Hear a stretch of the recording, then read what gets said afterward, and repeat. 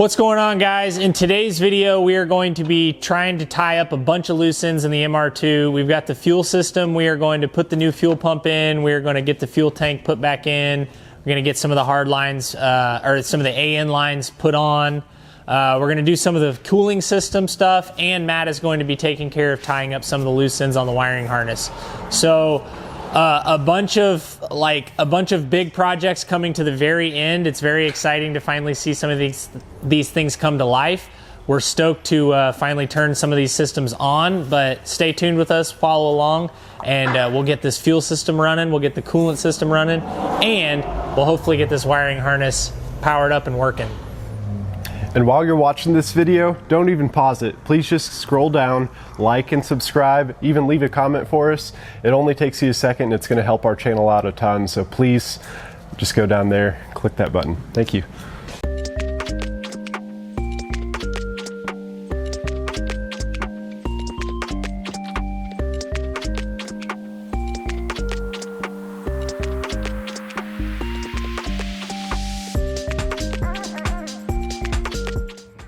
All right, so we got the engine in the MR2, and we are going to now pull the fuel tank out and get the fuel pump replaced with an aftermarket one and get our lines converted over to AN so we can run those up to our new fuel rail. Let's knock this out. First thing we got to do to get this gas tank off is drop these couple brackets. And here, and here. We'll knock that out and get her done.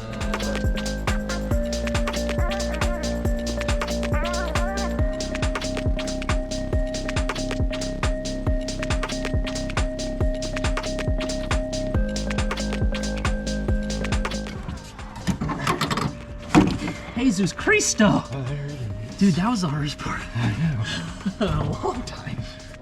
We just wrestled forever to finally get the gas filler hose disconnected from the gas tank, but we have successfully done that, and the gas tank should be free now, so we'll jack her up and see.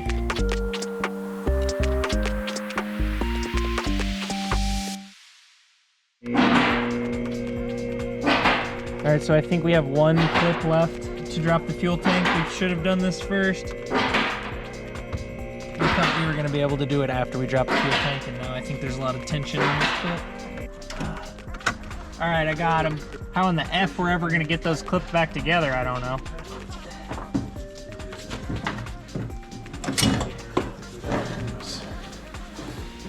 You got it? Yep. All yours. I got it. All right, we're not going to be running AC in this car, so we're going to pull these lines out. Since they're not needed anymore and they're really just in the way at this point.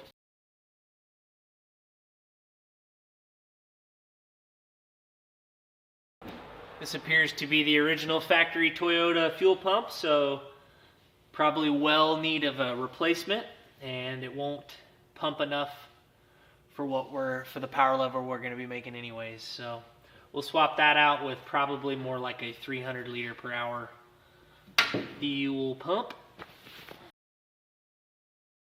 I'm really surprised that this MR2 actually started, or the K motor started with this fuel in it.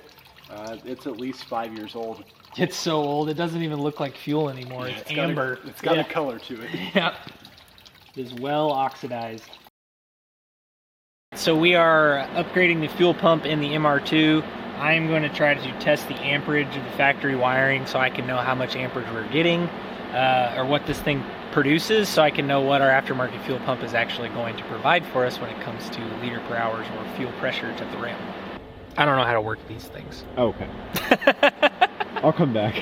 All right, y'all, so this fuel tank is super filthy. I just want to power wash it and get it clean before we put it up underneath this car. The exterior of this car is so clean. We want to make sure that when we're putting the rest of it together, it's as clean as the exterior.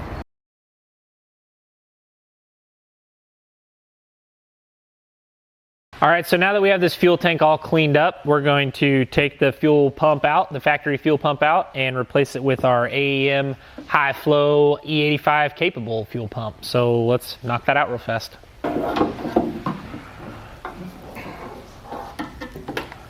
Ta-da! You can see here our factory MR2 fuel pump and our AEM upgraded fuel pump.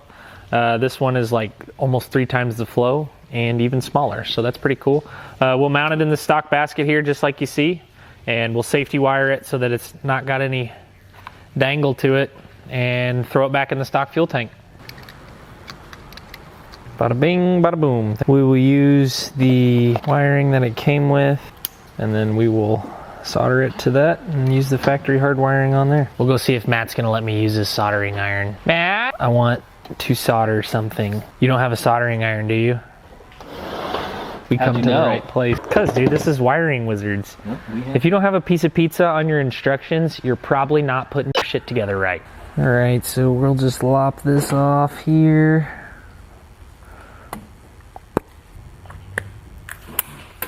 Ta-da! Maybe, I don't know, these are marine grade, so that means they're possibly waterproof. Well, I wasn't in the Marines. I'm not qualified to use these. These might just...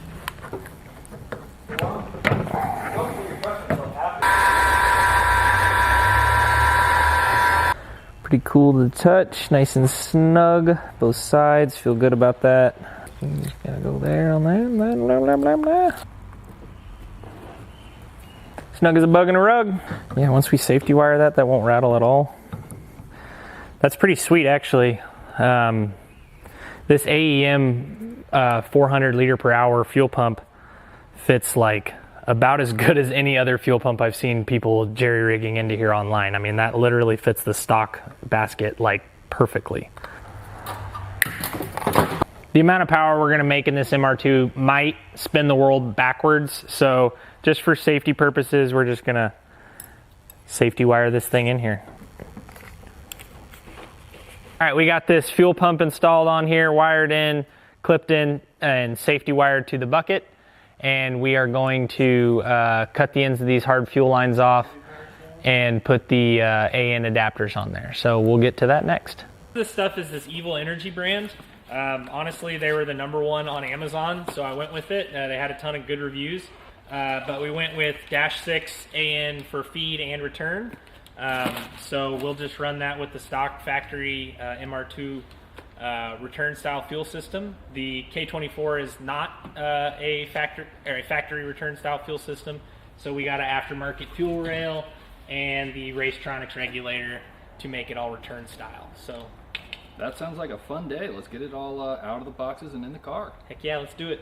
What is that little doodad you're using there? Just like a hardline cutoff tool. I'm sure most of you guys have seen them, but if you haven't, you have to have one of these if you're going to cut hard lines. If you're going to try to use pliers or something like that, it'll pinch it off every time. So it just applies even pressure all the way around, and you just tighten this knob slowly, spin it around like this,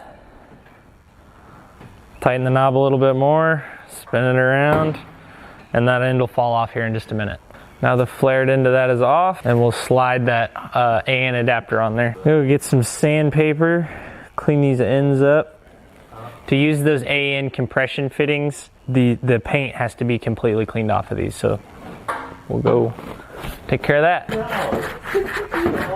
We got the ends of these hard lines sanded off, cleaned up for these compression fittings to go on. I read the wrong size online, so I bought one of the wrong sizes. I need to go get a 5/16 for this for the feed line, but nice, that fits perfectly. So that sucker will go on like that.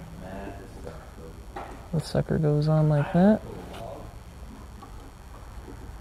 No, but it's just silly. Then once we get those cranked on there, that'll be very tight. It's already snug, just hand tight, so. Then you've got a full AN fuel system from there on. All right. Now that is solid as a rock. So in case anybody didn't catch that earlier, this is a 1/4 inch. This is a 5/16 line. I accidentally ordered a 3/8 for this, so just waiting on the 5/16. Wanted to go ahead and do them while it was out of the tank and easy, but since we don't have the other one, we're gonna go ahead and install the fuel pump the rest of the way, get it in the car, and then we'll throw this next one on there when it's in the car. It'll just take 2 seconds. We'll just have to put it up on the lift.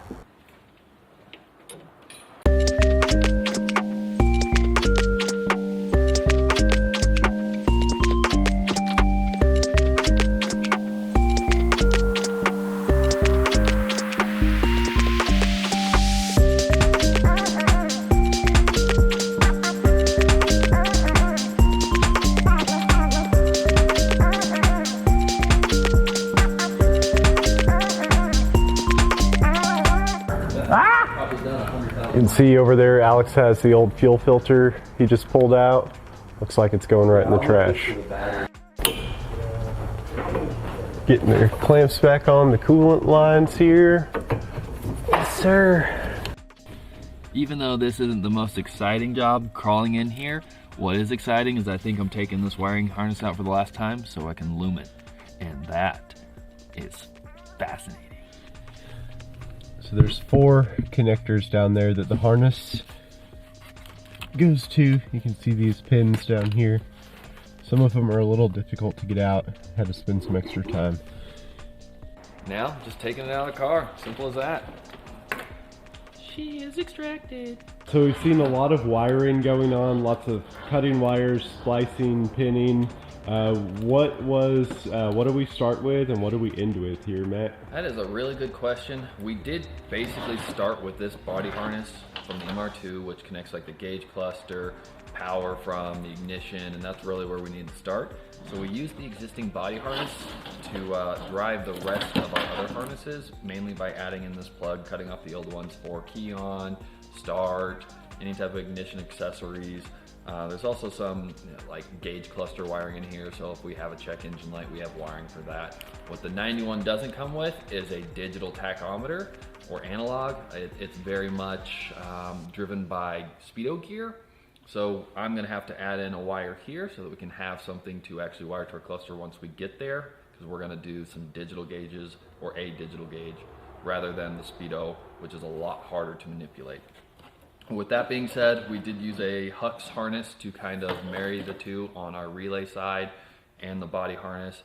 And then from there, we ended up reusing a K20 harness and modifying it to fit all the correct plugs on our K24, and then eventually marrying that into the Haltech itself. So there's quite a bit of wiring to go into there to get every different unit to work together, because since we have, let's call it a standalone relay harness, the factory body harness, the K20 harness to modify to a K24, and getting all those systems to be wired up in conjunction to have the correct systems together and circuits together. So the 91s are drives by speedo gear, and we want to basically eliminate that since we don't have a speedo gear in our current transmission. So I'm doing myself a little favor. I'm just gonna throw an extra wire in here in the body harness, because I think one day I'll eventually need it.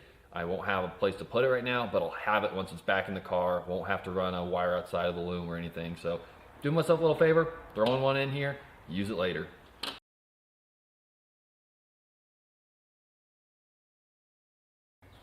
Now that I got the extra wire added in, and I'm happy with this harness, don't think there's gonna be other modifications to it, I'm gonna go ahead and throw some loom on there and be excited about a finalized piece of product, which we don't get a lot of here. So super happy to finally have something done, even though it's a micro piece of the puzzle. Wow, look at that harness. Yes, it's not as ugly as it used to be.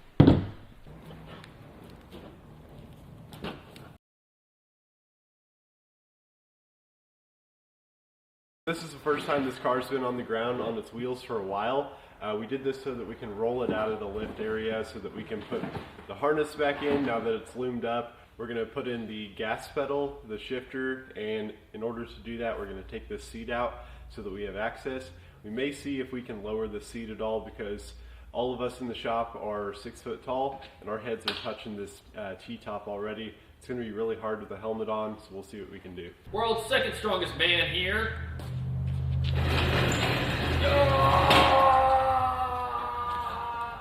This quarter horse strength. All right, so we got some space to work on this thing now. You're a big guy. Ford MR2. Yeah, you can't actually. Yeah, I think this is like a very hard. That.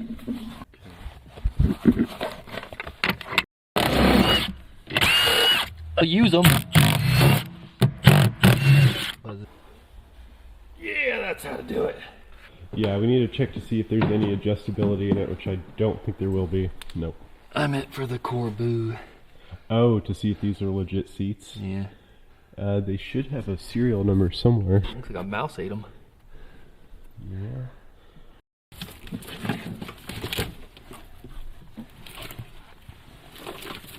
There's a snake in our MR2. So much nicer now that the lift's not in the way. Oh my goodness. Yep. Trying to take the pedal out. Yep. Here we go. For all you at home, you're just gonna have to use your imagination. Imagine the pedal was in there and working. Really have a seat in here to test it.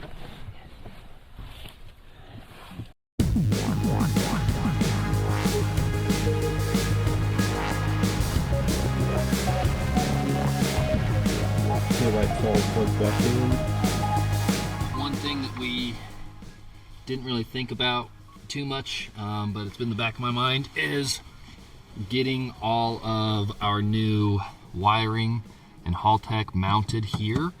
We chose to mount it inside the car for a couple different reasons. One being, we only have so long of a data cable. We can't be running one to the trunk to tune this thing. So Haltech's gonna go right here behind this heat sound deadening. I guess just sound, not heat. But nothing is set up for it to go in here. So we're gonna have to get a little creative on how we're gonna mount to this, and it helps when the seat's out so we can get creative. Let's get busy and figuring out while the figuring can be figured. That's a math problem I never solved. We've decided on putting our Haltech down inside of this cubby here. There is a speaker inside of it right now, so I'm going to take this lid off and see what I need to do to get the speaker out. We're not really concerned about having good audio in this car because it's mainly about having fun and taking it to the track. This lid comes right out. Loosen the carpet to where you can pull it back away.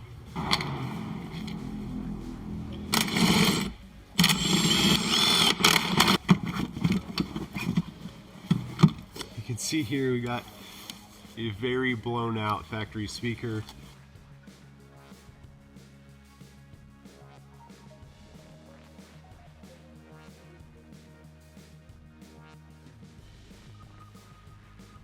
So I found this piece of scrap in a scrap metal bin, and I think if I chop this off, I can shove it on our current exhaust header.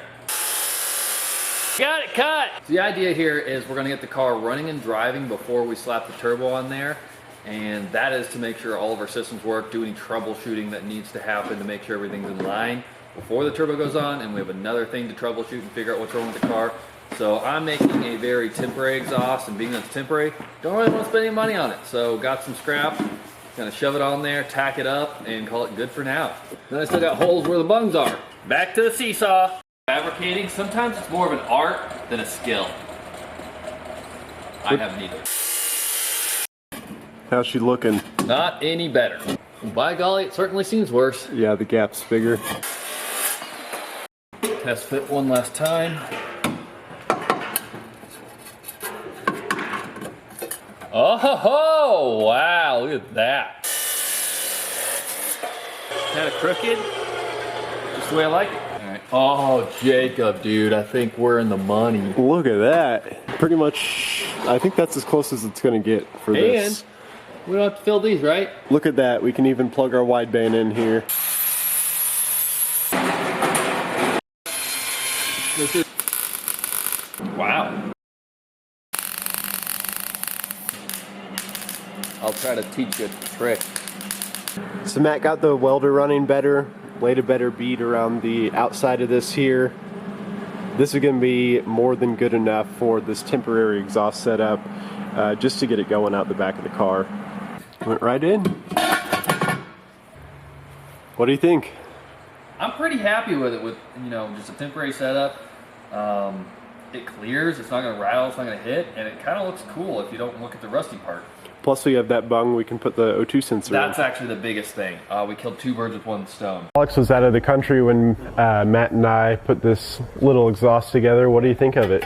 It's fucking sweet, actually. I really kind of like the way that it's just right out the center like that. So K24s don't need any back pressure, so she should breathe nice and good. And honestly, I bet it sounds pretty cool. So super excited for the first start in the car. Why don't we go ahead and do that? All right, I am nearing the end of the wiring for the MR2. Got one last piece of the puzzle to get tied in. That is the Haltech WB1 O2 sensor. Also gonna go ahead and hook hook it into our temporary exhaust and see how the wires lay out. I don't know if they're long enough, I don't know if they're too long, but that's where I'm going to start, and then figure out the 4 wires, it's only 4, and get this thing up and running. All right, here she is. One beautiful piece of machinery. It is built to kind of plug in to the Haltech from the factory. However, I think it's a little unclean to plug it into the front of the Haltech, so I'm going to take basically this plug off here, wire it directly into our 26 or 34 pin connector there, and that way it's take one off and done. Wish me luck. I'd like to do a little shout out to Freaky Fab for hooking us up with this sweet stainless steel temporary loud pipe exhaust, and we went ahead and put 2 O2 bungs in there. Gonna bust this out and get that O2 sensor in there. All right, just like that, she's in, fits like a glove. Now to bring her over to the car and see if this wiring is long enough to make it inside the cab. All right, just a little look after we got the exhaust back in there. There's our O2. We got a nice little line Haltech gave us. I do have plenty of room to kind of run this to essentially the outside layer of the chassis and in through the cabin there. I think we got just enough to get her inside where we're going to put our Haltech, which is down in this little glove box here. So what we're doing right now is our Toyota shifter bracket is not going to fit on here while this weight is on the shifter. So we're going to cut that off. We looked at some photos of some other people doing the same swap. There's also appeared to be cut, not a needed part, just smooths out the shifts. So let's hope that's correct. Get to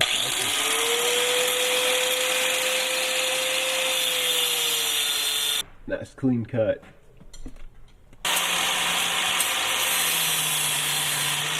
Here's our old piece here that Matt just cut off. See, it's literally just a weight that is on that shifter. Matt is getting his money's worth out of these swivel sockets. I bought them, might as well use them.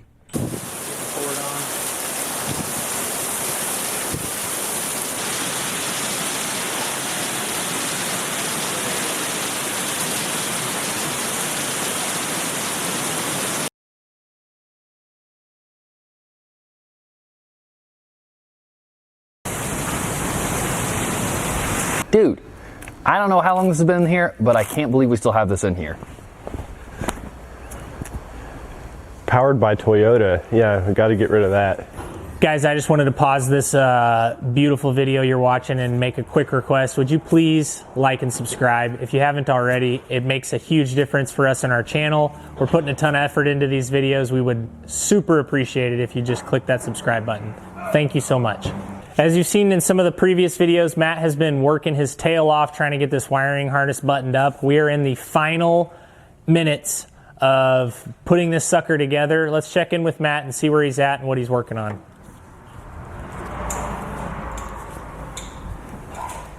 Heard my name. I am hopefully looming this, meaning I'm pretty confident that I want to take it back out. And this is the charge harness. It's really more or less an alternator wire and some wiring for the alternator control and the knock sensor and a little starter solenoid wiring. So not a whole lot to put on there, but Honda people call it the charge harness. We're going to call it the pain in the butt harness because it's like the last one, the last pain in the butt. But almost done. After this, we get to see how good of a wiring magician I am. We'll find out. We are lucky enough to be able to reuse the starter cable that goes to the starter from the battery on the MR2. It is a little longer than we'd like, but for now we'll just zip tie it, tuck it away. Maybe we'll grab another terminal one of these days, shorten it, terminate it, and call it a permanent solution. But right now, temporary, it's like a glove. Other than that, we've got the charge harness going in, and yeah, rock and roll. Getting everything in there temporarily. And then we're going to go in and permanize all of these. Yeah, permanizing's next step. Temporizing, current step. Temporizing and then permanizing. Yeah, it's like shrimp tempura. I guess.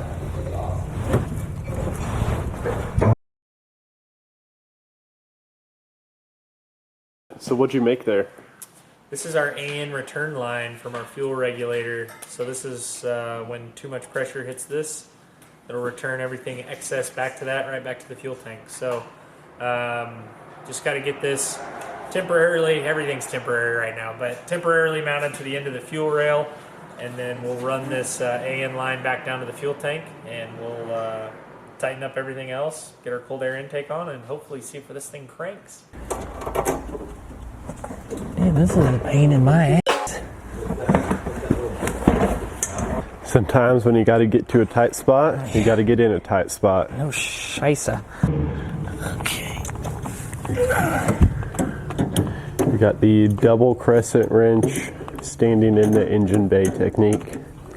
You've probably read about this when you were in tech school, but doubt you've ever seen it in person.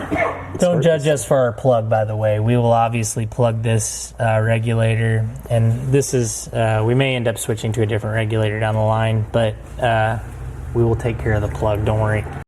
I haven't seen any leaks, but am I just... How about now? Yes, sir! Start it! Oh, boys.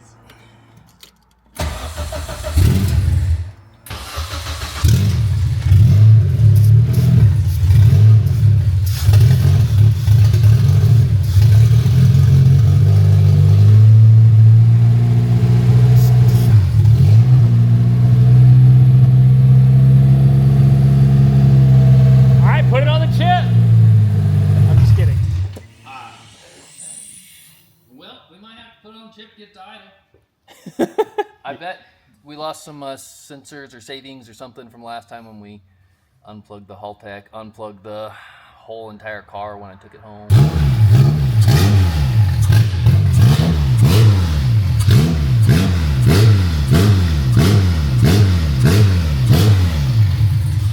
It's live! That's so exciting. First start on the MR2 with the K24 in the car. That is so encouraging. Holy crap! The boys are doing it. Nice job, fellers.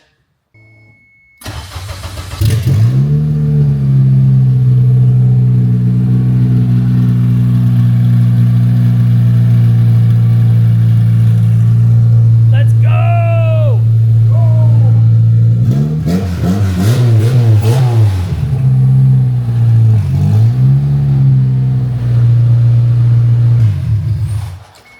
I'm not getting any O2. Me either. It's almost all carbon dioxide in here now.